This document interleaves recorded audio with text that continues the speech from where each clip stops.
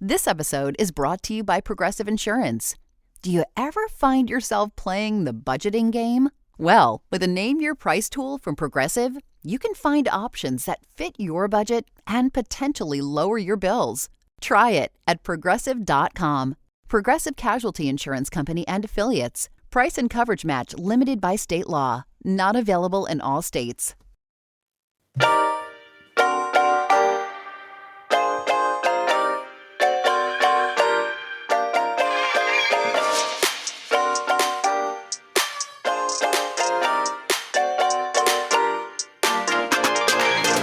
Welcome to the RuPaul's Drag Race Recap Show for All Stars 10, Episode 1, titled Winner, Winner, Chicken Dinner. My name is Joe Batanz, and I am joined, as always, by one contemptuous co-host from the podcast. Pod is my co-pilot. Please say... Mama, baby wants some milk. To Mr. Taylor, the latte boy. Hello, baby... wait...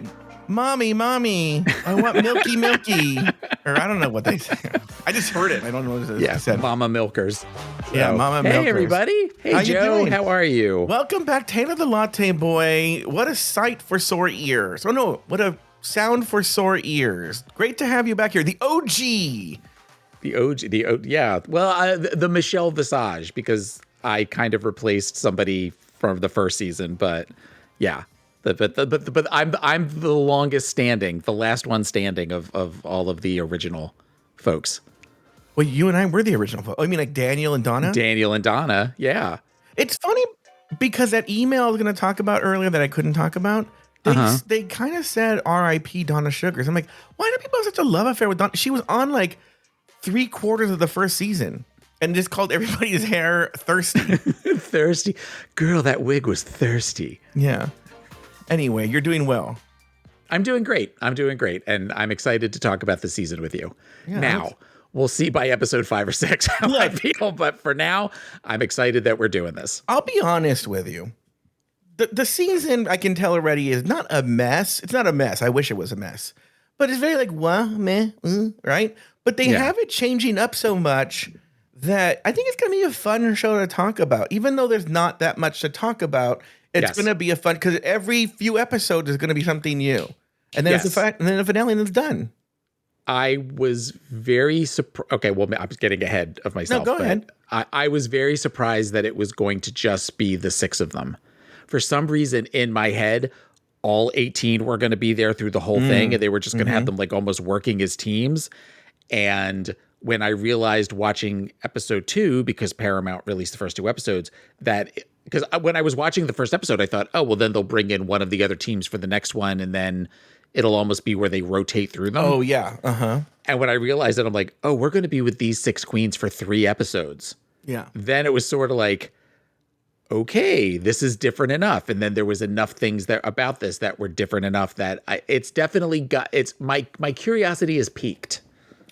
Well, yeah. And then also, like, for instance, I don't have to see the fucking bloated faces of this crew only for like one more week, and then it's on to the next crew. Yeah. You know? That's a good point. Yeah. By the way, Taylor and I had a very good, very lengthy Just Between Us Girls episode. And if you want to hear that, you're going to notice, by the way, that this plug for Patreon is much shorter, but it's patreon.com/afterthoughtmedia. There's a few ways you can listen to Just Between Us Girls. Patreon.com/afterthoughtmedia. You can either subscribe at the executive tier level and above. You can just buy the season outright like you do with Drag Race. Go to collections at patreon.com/afterthoughtmedia. By the way, financial tip. If you want to save significant money, pay for it on the website. You can listen on your phone, but pay for it on the website so you don't pay that Apple tax, which is like 30% or something. I thought that was like, I thought there was something with the courts where that's not going to happen anymore or something. Yeah, I know that's with Amazon, but I didn't know about other apps. I saw that, and we'll see if it takes place with digital goods or I don't know, whatever. We'll see. But right now, as of now, it's still like a 30% tax. And so if you don't want to pay that, do that online. Remember, the other way too, if you don't want to deal with Patreon at all, is on your podcast app, is you can just scroll at where the title screen is and subscribe right there. I think it's like $6 Apple tax. Yeah. And Yeah, you can subscribe. You get all the shows too, and you get the main show commercial free. So that's actually a pretty good deal. Nice. So you get this show commercial free, and you get Just Between Us Girls. All right, so let's move right into this. This week, 6 returning queens prance onto the main stage to vie for one more chance to earn the crown. For this week's Maxi Challenge, the queens must write and perform their own lyrics to an original song. On the runway, the category is Slits and Tits, which is, by the way, when Taylor and I had a show together, that was the original name of this podcast, Slits and Tits. It was our detective show. We would solve Monday nights at 10 o'clock on CBS. We would solve neighborhood crimes.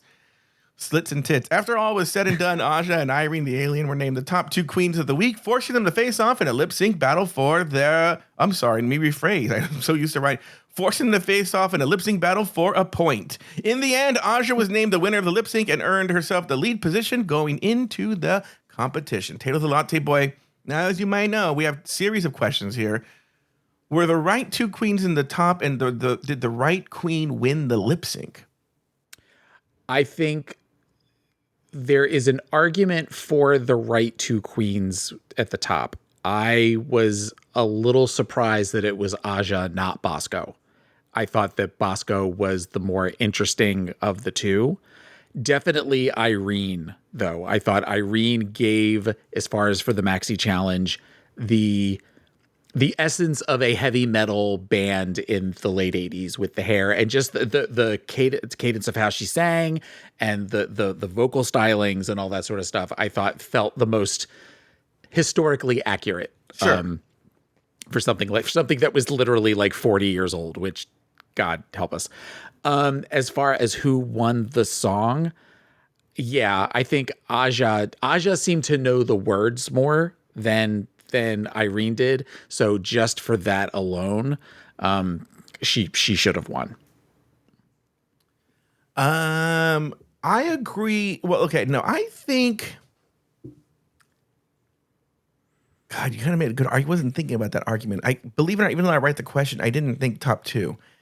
Yeah, it should have probably been Bosco and Irene the Alien in the top 2. I think you're right. Mm-hmm. I think you're right. But it wasn't. And in the Queens doing the lip sync, Aja won that lip sync.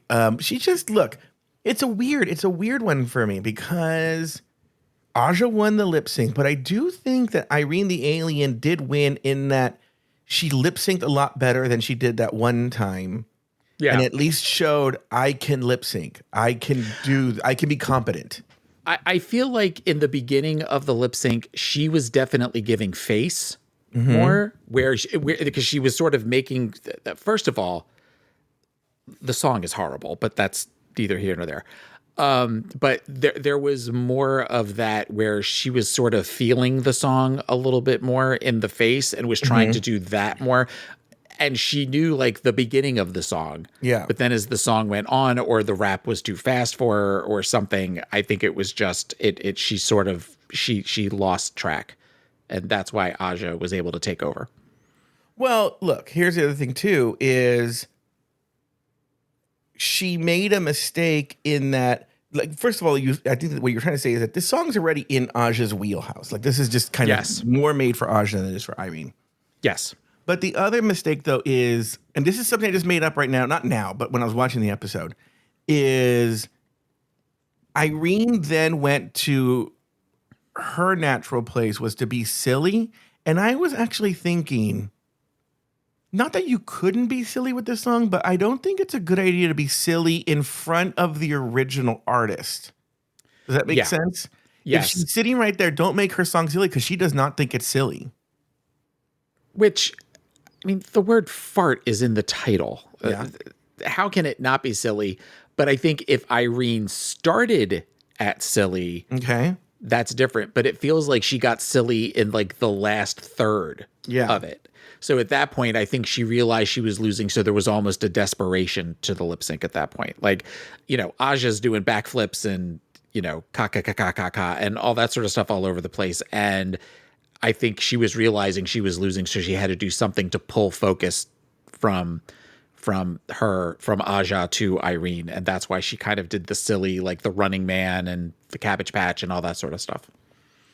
So I made a mistake earlier, and I actually think this is a mistake that it might benefit. I think it's good for the show. I was supposed to take a break, but why don't we take a break here? When we come back, we're going to talk about what our big takeaway was from the episode. We'll be back right after this.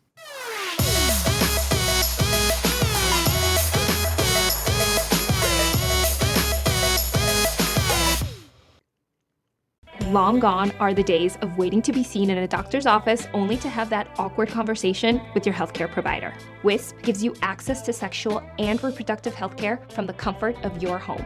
Get treatment for BV, yeast infections, UTIs, and much more delivered directly to your home or ready for pickup at your local pharmacy in less than 3 hours. The best part? Wisp is discreet, convenient, and you don't need medical insurance to receive care or prescription medication. Visit us today at hellowisp.com. This episode is brought to you by Heyday. Feeling stressed? Take a moment for yourself with Heyday. Stroll through rows of golden wheat, tend to cute barnyard animals, and discover the joys of a digital farm retreat. You don't have to hop in a car or catch a plane. Escape to the farm at the tap of a finger. With Heyday, you're not just tending to a farm, you're tending to yourself. Heyday. Search Heyday, that's Hay space DAY, in your favorite app store. Heyday is a free-to-play mobile game and offers optional in-app purchases and random rewards. You're the perfect blend of elegance and style, and your ride should be no different.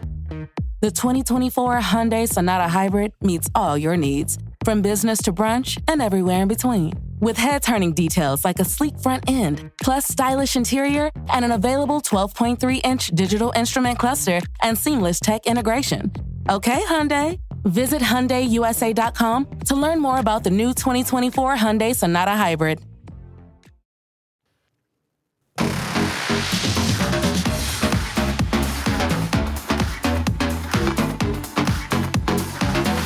And we are back. All right, Taylor, what was your big takeaway from this episode? I don't know that I have a takeaway other than what we talked about in the beginning, in that they are still finding ways to mix things up.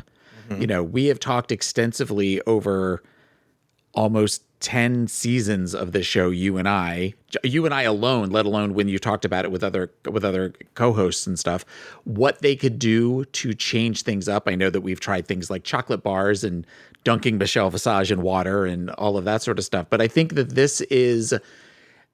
this has me intrigued enough to where I'm going to really want to focus and pay attention on stuff. And I also think that I think that they're listening to the audience.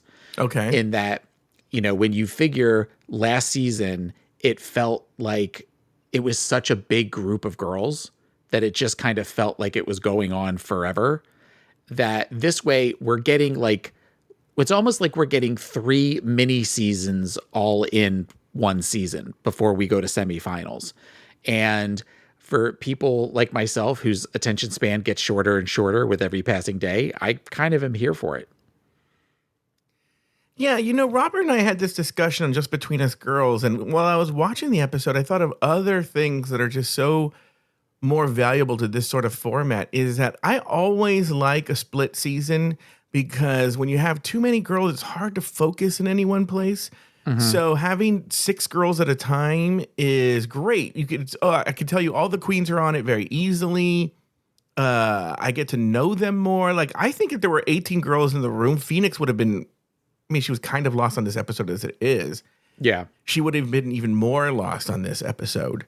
Yes. You know, and so I think doing it this way is smart. You know, time will tell. But but it leads to more. It's like, just when we're going to get tired of them, there'll be another batch of queens.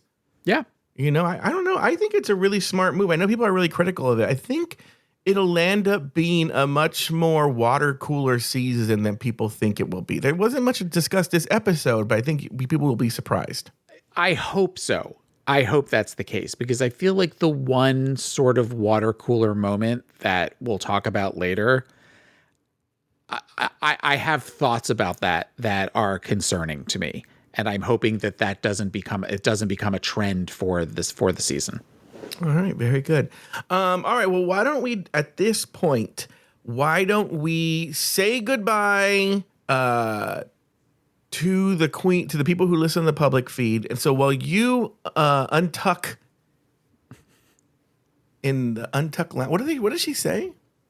In the Interior Illusions Lounge. Yeah, when you're in the interior, you're in the Exterior Illusions Lounge. We are in the Interior Illusions Lounge. We're going to discuss about the rest of the episode. But again, you're going to hear a curated selection of what we talked about. All right, we'll be back. On the main stage, each of the 6 girls in round 1 enter the main stage. When they're all on the main stage, oh my God, who wrote this asshole? RuPaul and Michelle Visage explain the rules of this season of All Stars. By the way, before people think I'm a dick, I wrote it. They're like, oh, like, poor Luke or whoever wrote this. I'm like, no, I'm talking to myself. This is a preliminary round that will last 3 episodes for each of the 3 groups. There will be no eliminations, but the girls will earn points along the way. The top 2 queens for each challenge will win 2 points, and the winner of the lip sync will earn an additional point. At the end of the 3 episodes, the 3 queens with the most points will move on to the semifinals. Now, there's a whole thing with 4 points. I will cover it for those of you who watched. We'll just talk about it later. Yeah. For this week's Maxi Challenge, the girls will write their own lyrics and perform in a headbanging heavy metal music video for a song called Winner, Winner, Chicken Dinner. Back in the workroom, the girls get out of drag and get to know each other. Aja and Olivia announce their sisterhood. Bosco and Irene reveal their long history. Phoenix shares how odd it is to be back. Meanwhile, Olivia and Deja discuss an alliance. Later, the girls get to work on their lyrics. Olivia shares her musical experience, and Bosco feels confident because her persona is already aligned with heavy metal. Let's stop right there. Taylor the Latte Boy, any thoughts on everything that happened with the main stage entrances or any of that jazz? Yeah, I definitely have a couple of thoughts. One of which, the first of which is I didn't get the whole, I enjoy the fact that they're doing like a wide world of sports thing from, the 70s and 80s and that sort of stuff. And I didn't get why Rue's wig was so cockeyed. But I think, is it where they're doing a play on Howard Cosell? Yes, it's 100% is what it is. Okay. For those of you, Robert's not going to know who we're talking about. So, okay. There was actually probably the most iconic sports broadcaster of all time named Howard Cosell. Even people who are younger than Robert. He's just been so influential that he's been mocked and mimicked in animated movies and stuff like that. And he had a very distinct way of talking. So he'd be like, hello, my name is, I'm not even a horrible impression, Howard Cosell. And you know this whenever they do an impression of a sports commentator or play-by-play person, it's him. But the other thing is what Taylor's getting, I didn't even think about that, Taylor. He had a horrible toupee. It was like literally like floating above his head. It was terrible. Somebody killed a mongoose and just decided to like curl it up in a ball and just lay it on his head and pat it for him. Helen Keller knew it was a toupee. Helen Keller called that Annie Sullivan and she was like, and tapping that means he has a toupee.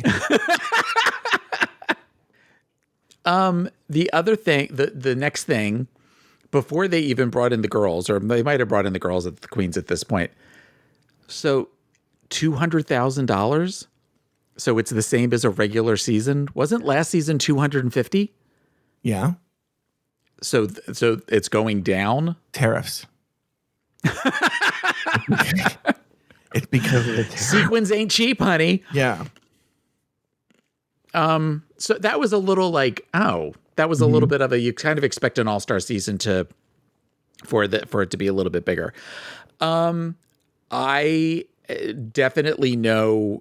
I know who my favorites are just from the walkout. Yeah, I have from this group, and which in particular, she was a favorite of mine when they announced the cast. She's somebody that I want to see go all the way and possibly even win at this point. Oh, I'm trying to think of who it is. So, do you want to guess? There's 6 girls. Who would be somebody that I would like? So there's Aja, Bosco, Irene the Alien. And I'm going to put Aja here for now, but Bosco and Irene the Alien, no. Then there's Olivia Lux, Phoenix, and Deja. No, you better not. Poor Deja Sky. We keep forgetting about Deja Sky. Yeah. It better not be her. I would say I'm going to put it between. Let me rationalize this here. Asia, because you kind of like that, like type, but then she kind of bugs. I'm going to go with Phoenix because she's old. No, I am Team Bosco. What? Yes. Why? First of all, the walk-in outfit was incredible to me. Mm-hmm. I just thought she was, and when we get to looks later, that was just an amazing look. Yeah. From head to toe. There's just something. She's very smart and she's very funny and she's very irreverent, and she feels. It feels like she's much more natural. I get that we probably are all going to get tired of the tits by the end of her 3 weeks. But there's something about it that it's so nice to see her like walk in her authenticity, and she just seems more relaxed and she's just more enjoyable to watch to me. All right. Well, then now let's go to the looks. We're going to go. We do not, people were upset about Mr. Blackstone. What did you think of Blackstone? I loved Mr. Blackstone. There were a lot of people liked him. A lot of people liked him, right? Yeah. But there were a lot of people who did not like him. They were really upset. I didn't necessarily. I appreciated the jokes. I appreciated not the jokes. I appreciated the references. Oh, well, look, there were times that I thought Mr. Blackstone was speaking directly to me and my wheelhouse of pop culture. Yeah. So see that. I appreciated that while sitting in my car and driving. All right. But now you're going to be the new Mr. Blackstone. You ready? Okay. This week, the category is slits and tits. Taylor's done all this hard work to get like descriptions of the looks and fashion, because Taylor knows fashion terms. Mm-hmm. He came out with people don't know this. He's a therapist by trade, but he also loves fashion. He came out with a book about how to mix fashion with your emotions called Put a Pin in It, right? And by Taylor Latte Boy DDS. And so he's particularly suited for this. Who do we have first there, Taylor? First we have Aja. And Aja's wearing a scarlet red structured corset with molded cups, spiked shoulder details, and red embroidery, creating a dramatic hourglass silhouette. This exaggerated bust line is adorned with ornate nipple adjacent embellishments. White lavender purple body paint provides sci-fi contrast. She accessorizes with red opera gloves and a platinum updo styled into a sculptural loop. Very good. All right. We just saw that right now.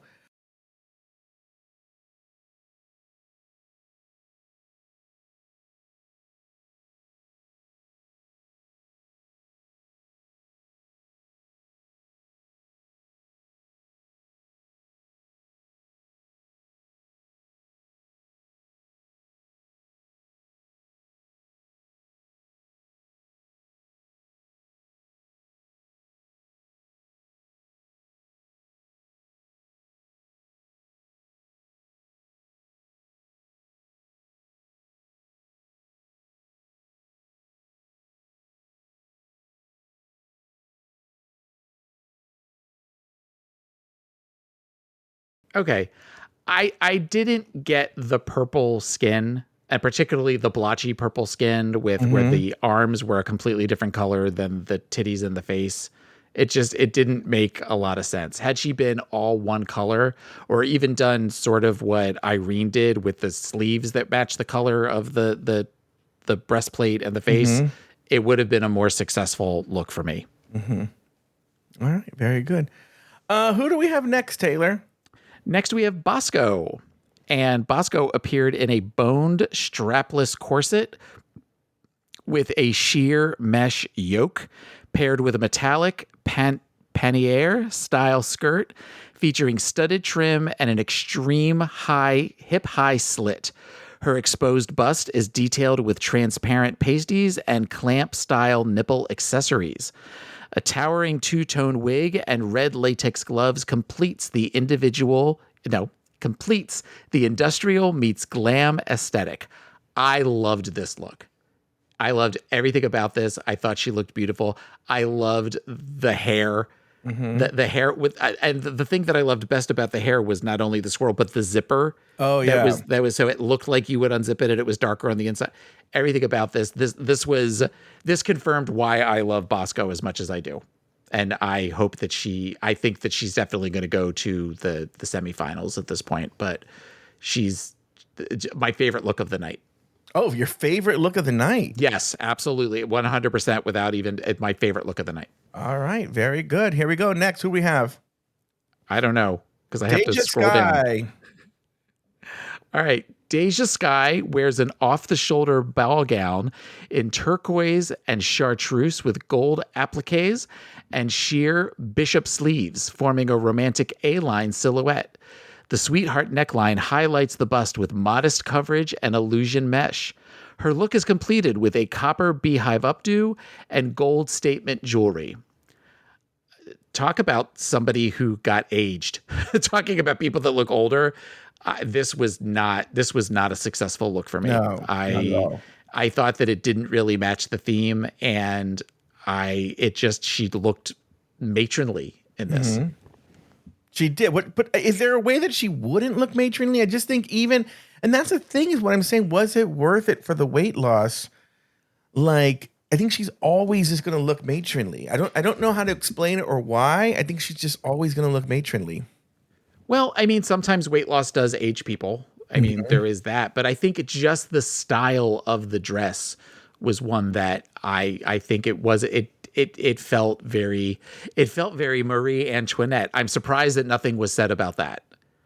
Oh yeah, because of the whole stop doing Marie Antoinette. But it stuck out in a negative way compared to the other looks that we're seeing tonight. It just didn't fit. Yeah.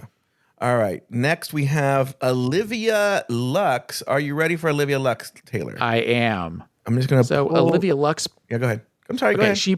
She presents an asymmetrical lavender gown with sculpted floral cup over one bust and exposed skin on the other side.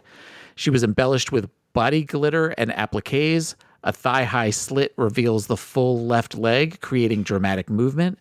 This look is framed by a structured updo and minimal accessories. I get what she was trying to do with the Little Kim reference, and I think she was successful with that. She looks pretty. It's a great look. It's a great reference, and I think she looks great. Mm-hmm.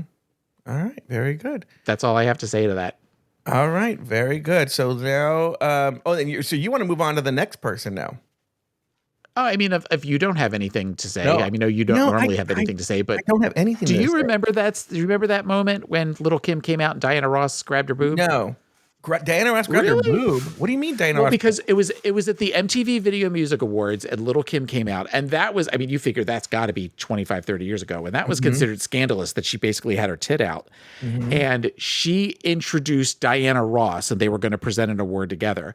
And Diana Ross walks out and everybody goes nuts. And she walks up to Little Kim and they give each other a hug, and then she goes like wah wah and like kind of hits the underside of, and then just looks at everybody and just like shakes her head like, "Could you believe this bitch out here with her titty out?"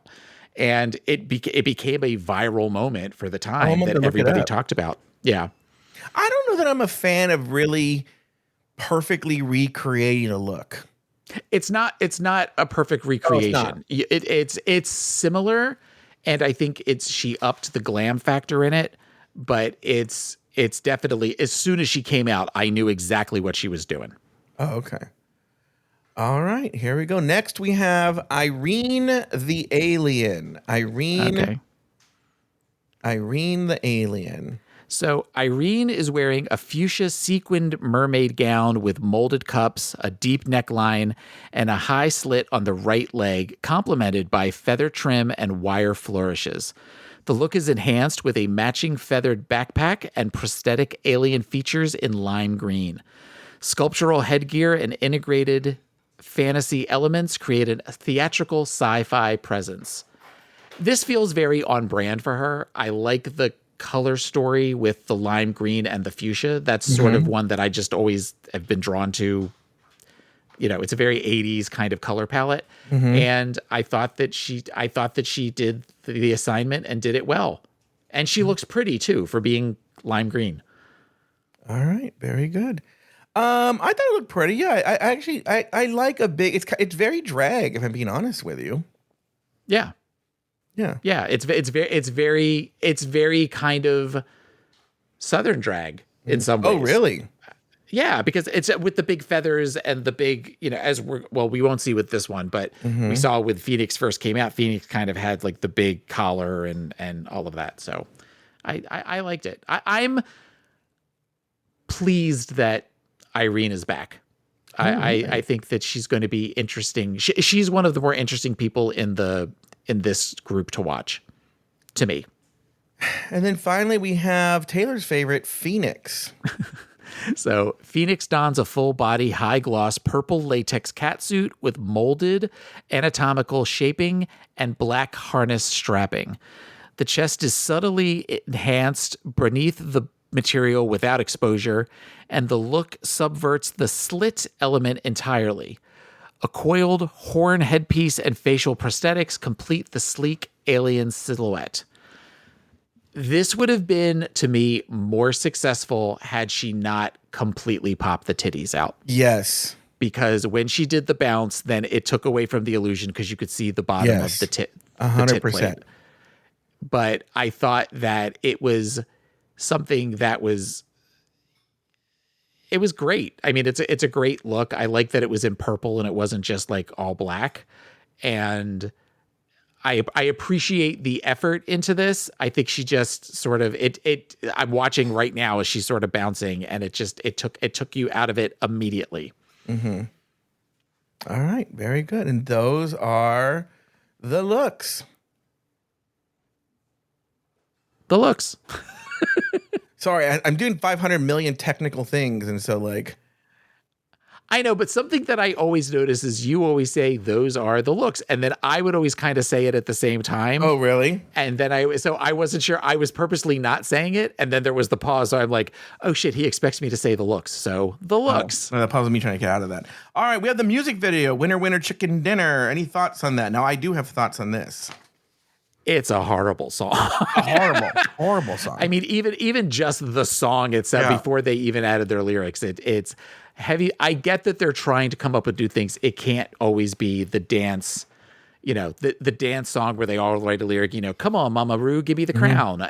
There has to be other things that go on, but the styles were too varied between the 6 contestants that it was not a cohesive heavy metal song. Yeah, agree.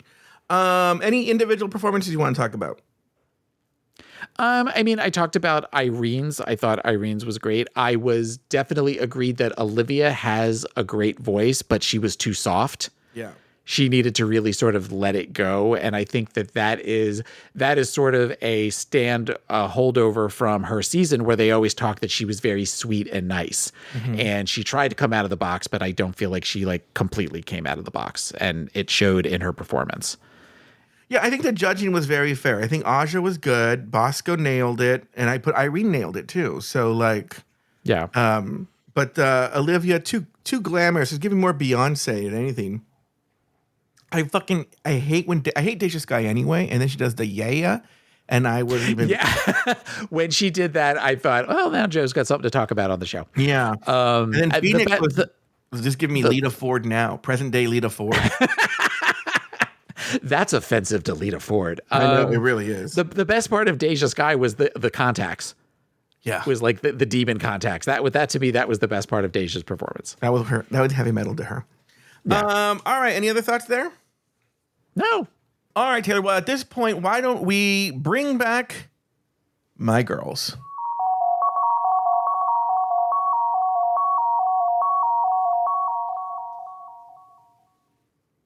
All right, back on the main stage, Aja, Irene, and Bosco are in the top 3, but it's Aja and Irene who are placed in the top 2, forcing them to face off in a lip-sync battle for the point. The song, Think You the Shit, Fart, by Ice Spice. In the end, Aja was named the winner of the episode and earned herself an extra point. Later, each of the 4 remaining queens were brought back onto the main stage and learned that each of them had earned 1 point, but not for them to keep, but to give away. Who gets that point? That will be determined in the next episode. Taylor, any final thoughts on the episode? This is my old man rant. Okay. Now, I get that I am of a certain age. Sure. And I get that back in the day, back when I was a whippersnapper, songs that were considered risque were songs like, you know, Darling Nikki by Prince and the Revolution, or Justify My Love by Madonna, even songs by Bon Jovi and things like that, where there was there was double entendre. There was a hint of, you kind of know what he's singing about, but they're not coming right out and saying it. And that was where it sort of pushed the line, where we now have songs like You Think You the Shit, but you just a fart. Yeah. Or you're not even a fart or something. That to me, one thought that came through my head is, so is this something that, 60 years from now, they're going to be playing this in nursing homes? Like it's just, it feels so throwaway. It feels just so like basic. It feels so lowest common denominator to me as a song. And where does the next generation of musicians go from here? But where this is where we're singing about this and like, wet ass pussy and all of that sort of stuff. Where does it go? I get that I sound like I'm an old man. Yeah. I am an old man. It just to me, when Rue said the name of the song, I thought she was kidding. And then when it actually started, I was like, oh, you've got to be kidding. This is dumb.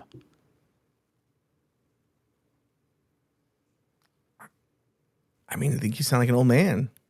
I do. I own that. I own that I sound like an old man. And I mean, there are songs that they play all the time. And it's not just where I get excited when they play an old Shaka Khan song from 1984, because that's the music that I got.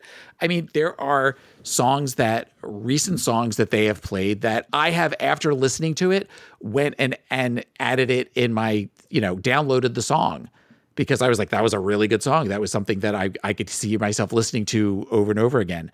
This is just a song that I'm like, it's gross. But it's just sort of a gross song to me. I see what you're saying, but I mean, look, Two Live Crew and Salt and Pepper were doing sort of very risque songs. Okay. And I will. So Two Live Crew, absolutely.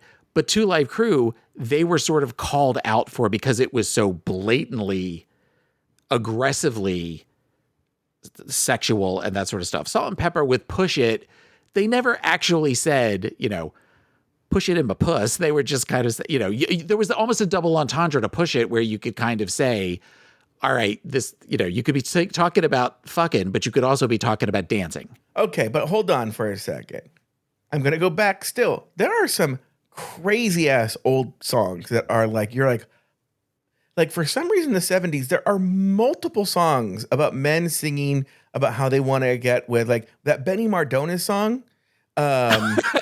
She's just 16 years old. Just 16. No, yeah, she's just 16 years old. Leave her alone. They say. And the music video is like this 50-year-old man, like ogling this clearly teenage girl. Oh, okay. But what I'm saying is, I'm not saying that there weren't songs that were, controversial. I'm just saying at no point in that song did he say, and then I'm going to make her suck my dick, and we're going to do this, and we're going to do that, and then I'm going to, come on her face. Is there a difference? He talks about he's going to take. I don't know, Taylor. There's something about the in your face of it that, and I get that it is harder. It has become harder for musicians to be relevant. But I see what you're saying. But in this one, she says, it's so silly. She says, you think you're the shit, but you're just a fart, essentially. But the fact that the fact that it's the title, I'm stuck on the fact that it's a title. And I'm sure now that I've got people that are going to say, oh, well, Taylor's back and he hates everything. That's okay, fine. I hate everything except for stuff that came out in 1987. But this is something that it just bothered me. I don't know. I just was sort of, I was very turned off by it. Thank you. Well, that's going to do it for this week's episode of Drag Race Recap. Be sure to join us next week and every week as we continue to discuss, dissect, and deconstruct each brand new episode of RuPaul's Drag Race All-Stars Season 10. So for Taylor the Latte Boy and myself, You kids get off my lawn.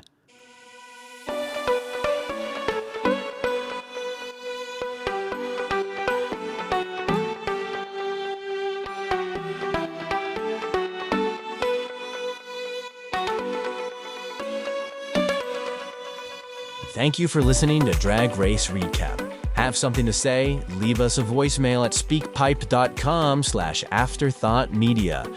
You can also email us at dragracerecap@afterthought.media. For more Drag Race and LGBTQ+ content, support us over at patreon.com/afterthoughtmedia. Special thanks to these expensive tier Patreon supporters.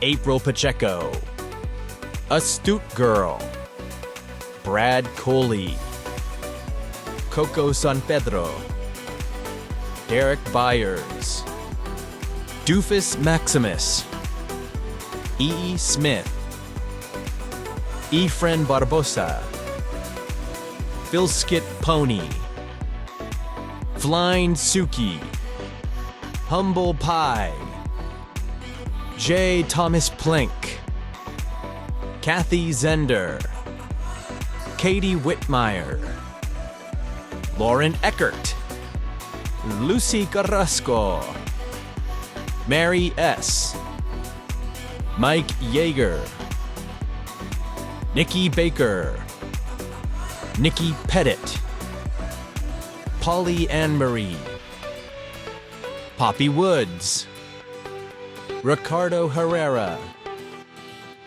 Runner Brandon, Sarah Yu, Tom Bobbs, Travi Cosmos, and Troy Anderson. Drag Race Recap is an Afterthought Media podcast.